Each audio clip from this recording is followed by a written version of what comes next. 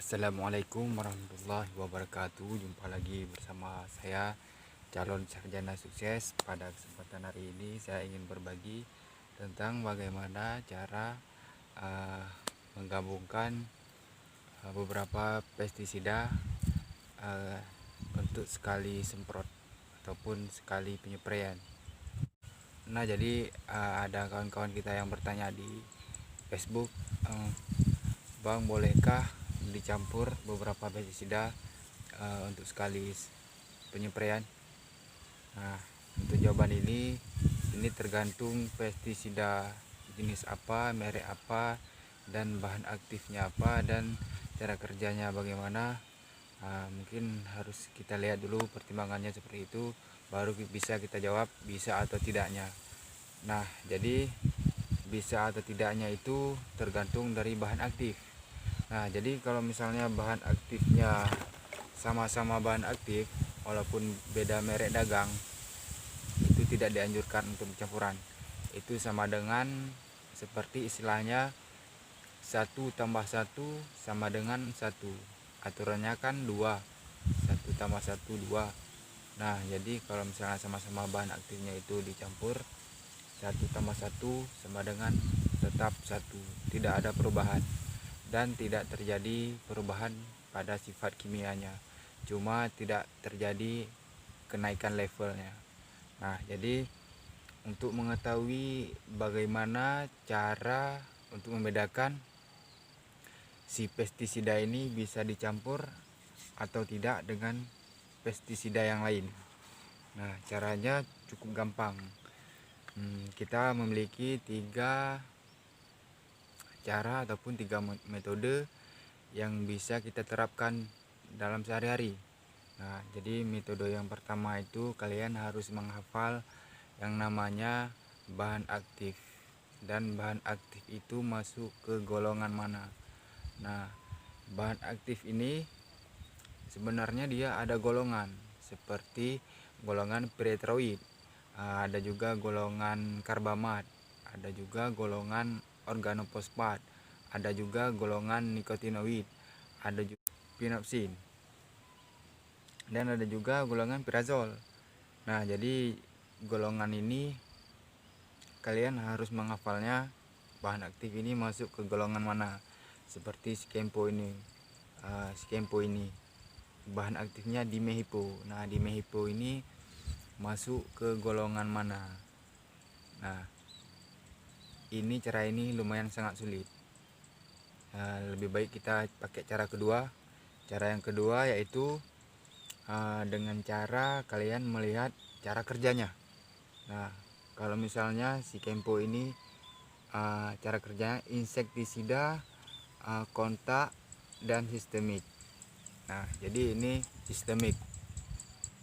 Nah, kalau misalnya si top ban ini kontak, ini sama-sama insek, bisakah digabung? Ini bisa. Karena apa? Kontak dengan sistemik itu bisa digabungkan. Nah, yang tidak bisa digabungkan yaitu kontak versus kontak, sistemik versus sistemik. Nah, kalau misalnya sistemik versus kontak itu bisa. Nah, itu cara yang kedua. Nah, dan cara yang ketiga yaitu kalian melihat kodenya, kode SL ataupun kode EC. Nah, masing-masing kode ini ada artinya. Nah, ada yang artinya larut dalam air, ada yang tidak larut air, ada yang emulsi. Ya, dan emulsi ini maksudnya dia cairan, namun perlu kita lakukan pengadukan untuk cair ke dalam air tersebut. Kalau misalnya yang SL ini tidak perlu diaduk, tinggal tuangkan, insya Allah dia akan larut ke dalam air. Nah, jadi pestisida ini ada golongan serbuk, ada berbentuk serbuk, ada berbentuk cairan. Nah, jadi kalau misalnya dalam berbentuk serbuk, saya jelaskan di sini seperti yang ini.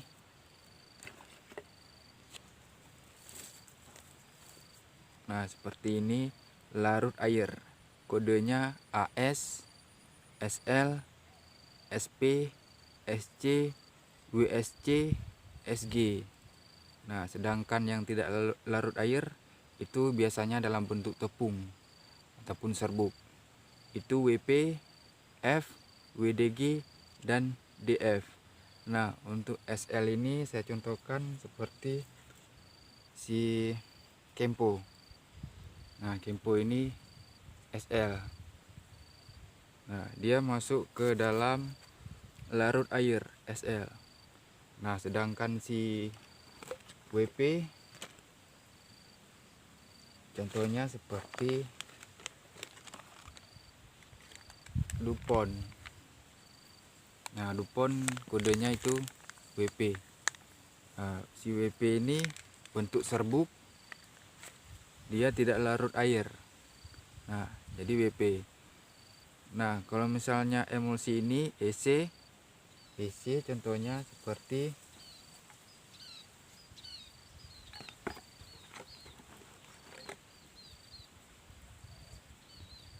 ini kodenya EC.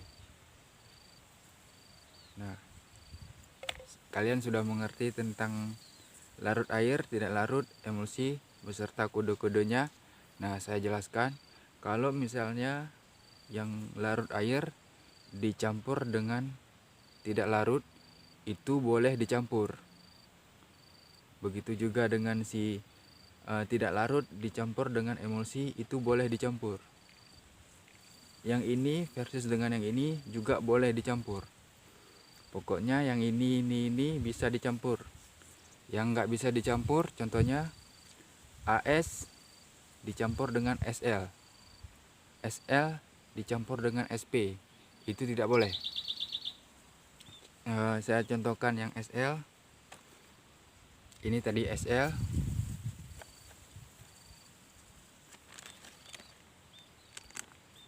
Dan ini SP.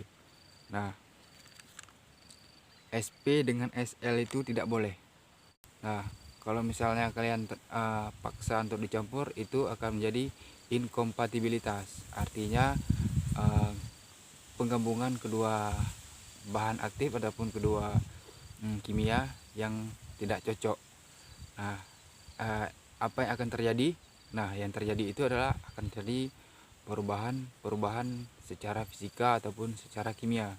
Nah, jadi perubahan secara fisika itu adalah perubahan pencampuran kedua pestisida yang tidak merubah susunan kimianya.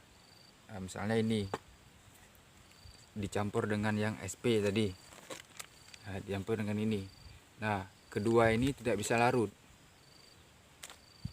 Saat kalian masukkan ke dalam spray, ini berada di atas, yang itu berada di bawah. Nah, otomatis kedua ini tidak bisa digabungkan ataupun tidak bisa larut ke dalam air tersebut. Jadi susunan kimianya tidak akan berubah. Misalnya ini saya lambangkan dengan X2, yang ini Y2. Kecampur keduanya tidak akan berubah menjadi R2, tetap sama-sama Y2 ataupun X2. Cuma dia tidak larut ke dalam air, tidak bisa menyatu. Nah, jadi kalau misalnya kalian spray, otomatis yang ini akan keluar duluan ataupun yang itu akan keluar duluan, nanti yang belakangan keluar yang ini. Jadi untuk yang bahan seperti SP dengan SL ini memang tidak bisa dicampur. Nah, yang kedua perubahan dalam bentuk kimia. Nah, yang dikhawatirkan terjadinya perubahan kimia. Nah, kalau perubahan kimia itu misalnya yang tadi ini kita lambangkan dengan kode X2, dan ini kita umpamakan Y2. Nah, jika tercampur keduanya, jika terjadi perubahan dalam bentuk kimia, maka akan menjadi kimia baru. Apakah itu menjadi untuk R2 ataupun Q2, yang intinya akan terjadi sebuah kimia yang baru. Nah, itu yang kita khawatirkan. Nah, jadi untuk melihat, saya kasih contohnya lagi. Seperti ini Narahipo, bahan aktifnya juga dimehipo. Nah, dimehipo ini kodenya SL. Nah, SL, yang ini juga SL. Ini kedua ini tidak bisa dicampurkan. Kalau dicampurkan itu sama dengan 1 tambah 1 sama dengan tetap 1, tidak bisa menjadi 2. Jadi untuk selanjutnya saya kasih contohkan lagi. SL versus SP. Nah, jadi kedua ini adalah sama-sama dalam golongan larut.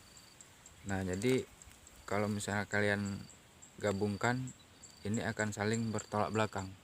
Nah, kalian bisa lihat di sini, ini masih dalam golongan larut air. Yang satunya SL, yang ini satunya SP, yang ini. Nah, jadi kedua yang ini, kedua bahan ini nggak boleh dicampur. Kenapa tidak boleh? Karena masuk dalam golongan larut air. Pokoknya yang ada di dalam ini dilarang untuk mencampur. Yang bisa dicampur ini dengan ini dengan ini dengan ini. Kalau ini dengan ini tidak boleh. Begitu juga ini dengan ini tidak boleh. Ini dengan ini juga tidak boleh. Nah, jadi sampai di sini saya rasa sangat mudah untuk dipahami. Dan kemudian kalau misalnya kita lihat, ini kalian lihat cara kerjanya sistemik, dan ini juga sistemik. Dalam arti kata tidak bisa dicampur. Akan terjadi reaksi-reaksi baru. Bisa terjadi reaksi secara fisika ataupun secara kimia. Nah, kalau kalian paksakan untuk campur, itu resikonya kalian tanggung sendiri. Dan yang kedua, seperti saya bilang tadi, SL dengan SP itu tidak boleh. Sistemik dengan sistemik tidak boleh. Nah, jadi kalian bisa lihat sendiri, bukan saya mengada-ngada, memang seperti itu aturannya. Sistemik dengan sistemik tidak boleh. Nah, kemudian kita lihat dalam contoh pestisida yang bentuk kontak.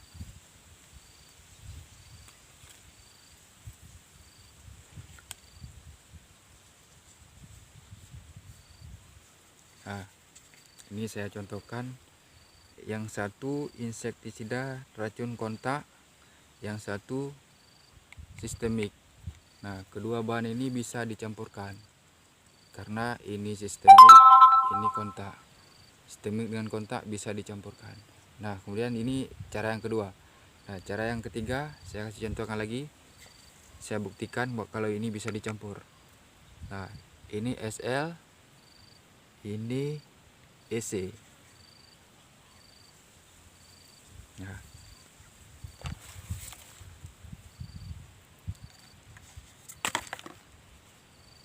SL, EC otomatis boleh. Nah, jadi SL dengan EC itu boleh. Seperti yang saya bilang tadi, sistemik dengan kontak itu boleh. Seperti itu kawan-kawan. Nah, kalau misalnya kalian ingin menggabungkan seperti yang bentuk larut, bentuk cair, dan bentuk tepung, ataupun seperti ini. Nah, untuk cara penggabungannya, jika seandainya kedua ini bisa digabung, dan ini WP dengan SL itu bisa digabung. Nah, cara penggabungannya bagaimana? Yang harus pertama kalian aduk dulu, yaitu yang bentuk tepung. Arti kata yang tidak larut air dulu.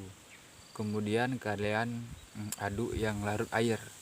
Kemudian baru kalian masukkan misalnya pupuk daun dalam bentuk granu ataupun dalam bentuk cair. Nah, kemudian kalian ingin menambahkan ZPT, baru yang terakhir itu ZPT. Nah, kalau misalnya kalian bisa mengerti, alhamdulillah. Kalau tidak, saya ulangkan lagi. Kalian silakan baca lagi. Nah, jadi hanya demikianlah yang dapat saya sampaikan. Jika ada yang salah ataupun yang silap, mohon maaf. Saya masih dalam rangka belajar.